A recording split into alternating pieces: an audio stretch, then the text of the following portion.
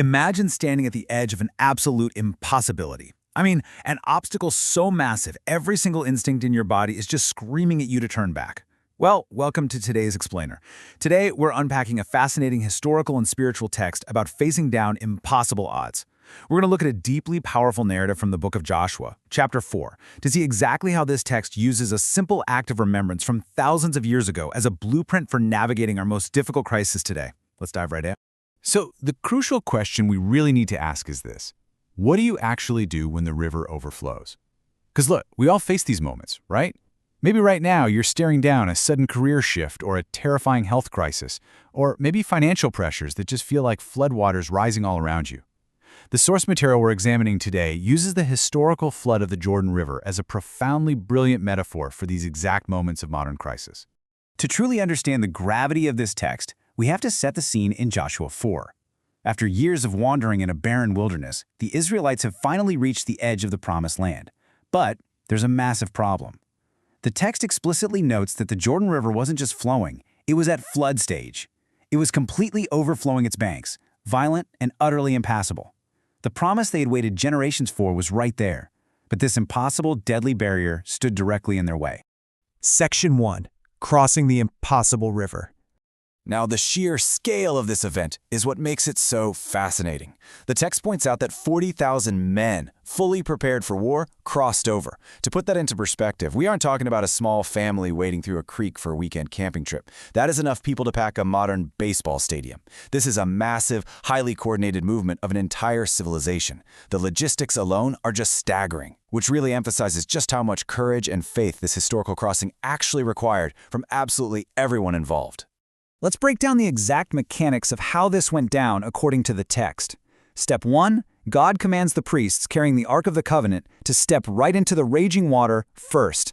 Think about that. They didn't wait for the water to part. They had to take that terrifying first step of faith directly into the flood. Step 2, the moment their feet touched the riverbed, the water stopped flowing and literally stood up in a heap. Step 3, the entire nation of 40,000 troops plus their families crossed on dry ground. And finally, step 4, Joshua commands 12 men to collect 12 massive stones straight out of the dry riverbed. Section 2. 12 Stones of Remembrance. So you might be wondering, why halt a massive military maneuver to carry huge rocks out of a riverbed? Well, the source text defines these stones as a memorial. These weren't just random rocks they picked up. They were highly intentional, physical reminders of what God had done. Look, human psychology shows us that we tend to forget our victories the absolute second a new threat appears, right? These stones were a tool. They were designed specifically so that when future generations face their own terrifying obstacles, they'd see these stones, ask what they meant, and instantly remember the mighty hand of God that brought their ancestors through the flood. And this brilliantly illustrates the duality of their journey through two specific sets of stones. The first set was placed right in the middle of the riverbed exactly where the priest stood, which eventually became submerged again by the floodwaters. But the second set was placed at Gilgal, highly visible on dry ground, declaring victory. The text makes such a profound point here. God doesn't erase the difficult, submerged places we have to walk through. The struggle is very real and it's marked. But, as the narrative notes, he also provides visible, undeniable victories on the other side. Section 3. Faith across the generations. We can actually trace this momentum of faith on a historical timeline. It starts all the way back with the Red Sea, a previous impossible water crossing that delivered Israel from Egypt. Then the Jordan River brings them into the Promised Land. But it doesn't stop in ancient times.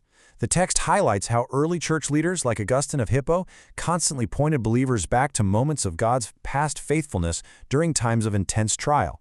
We even see it jump to the 9th century with King Alfred the Great of England, who used these exact biblical principles to establish laws and unify his entire nation after chaotic invasions.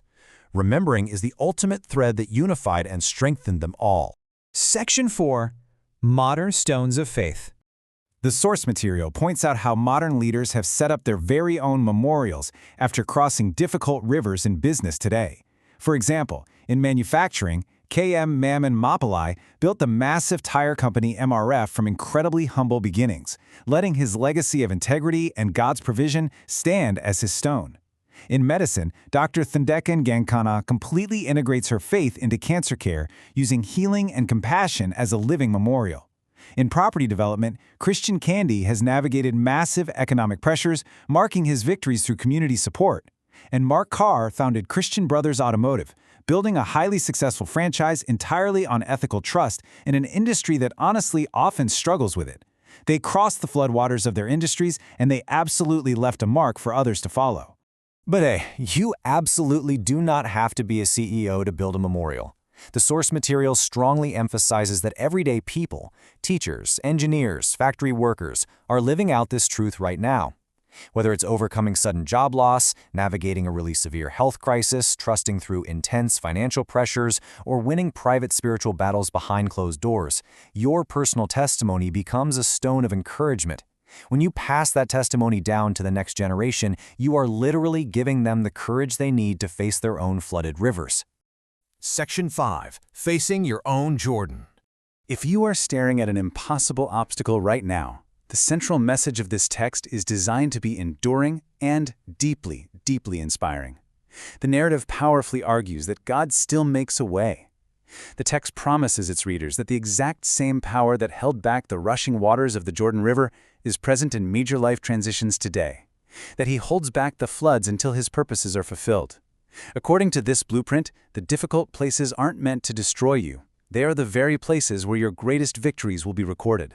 Joshua chapter 4, verse 21 puts it with this deep, incredible gravity. When your children ask in time to come, saying, "What are these stones?" This isn't just about surviving your current crisis. It is about the immense responsibility we have to leave a real legacy. It's about securing a victory so decisive and recognizing the help you received so clearly that the generations coming right up after you will have to stop and ask about it. So I want to leave you with this one question. What will your stones say to the next generation? When you finally cross your impossible river, how will you mark the victory? Look, if this explainer resonated with you today, or if you know someone, anyone, who is staring down their own flooded Jordan River right now, share this explainer with them immediately. Hit that subscribe button, follow us for more deep dives, and please pass this encouragement along. Let's build stones of faith together. Until next time, keep learning, keep remembering, and stay focused.